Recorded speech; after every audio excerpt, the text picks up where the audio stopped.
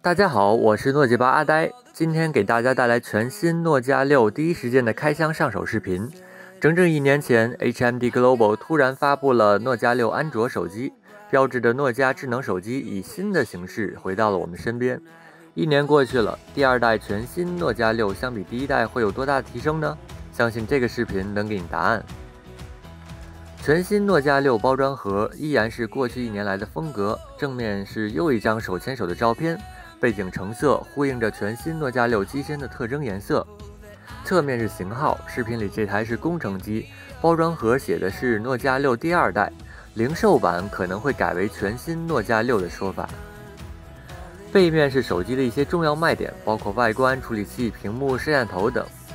用针挑开密封胶带，拉开抽屉，黑底同亮边的2代诺基亚6映入眼帘。整体外观与第1代是非常的相似，明显的改动就是前置长条形指纹挪到了机身背面，同时摄像头装饰条变长了很多。这次包装自带的取卡针变小了，没有印诺基亚的 logo。包装盒下面还有说明书，18瓦快充充电器，USB Type-C 数据线，没有耳机和透明保护壳。上手全新的诺基亚6的第一感觉就是手感和上一代诺基亚6非常相似，依然采用6000系铝合金材质。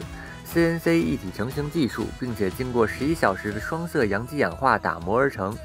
实现了底色是黑色，亮边是同色的双色效果，整机手感十分坚固，对摸惯了 iPhone 等众多友商手机的用户，包括只用诺基亚8的我来说，感觉有点硌手。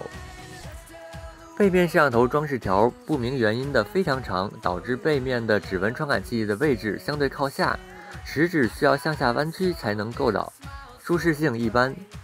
全新诺基亚6使用3000毫安时的电池 ，USB Type-C 2.0 接口，支持18瓦的快速充电，和诺基亚7、诺基亚8能力相同。全新诺基亚6屏幕和1代是相同的5.5英寸 1080p 音效 IPS LCD， 没有使用18:9带鱼全面屏，比较遗憾。但额头和下巴都比上代缩减了一些，使得5.5寸的2代诺基亚6比5.3寸的诺基亚8还要短。全新诺基亚6搭配高通骁龙630平台，性能和能耗比都比上一代诺基亚6的骁龙430强很多。再搭配 LPDDR4 双通道内存，运行速度更快，功耗更低。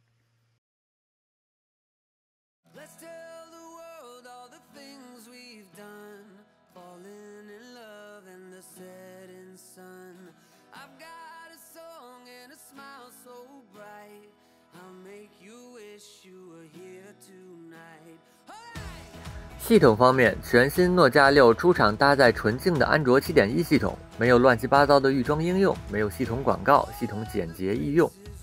开机后即可搜索到安卓8.0的系统大更新，在1500元左右同价位的国行手机中，应该可以算是系统更新速度最快的了。虽然是原生系统，但和上一代诺基亚6不同的是，全新诺基亚6和诺基亚7一样，也增加了很多中国特色本地化功能。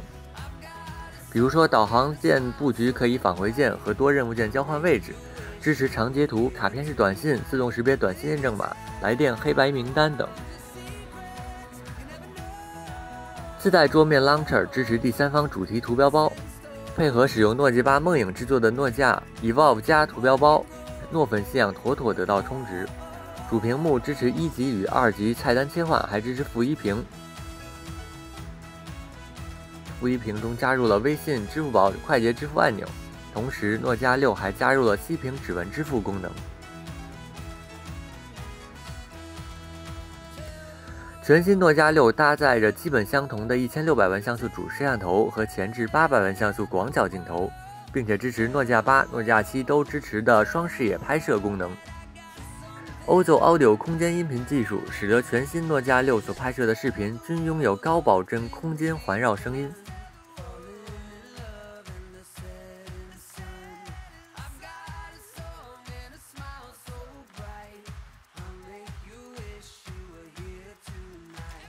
总的来说，全新诺基亚6基本补齐了上代产品存在的所有短板。和诺基亚7相比，除了屏幕尺寸和外壳材质有明显差别外，其他配置和功能都非常的接近。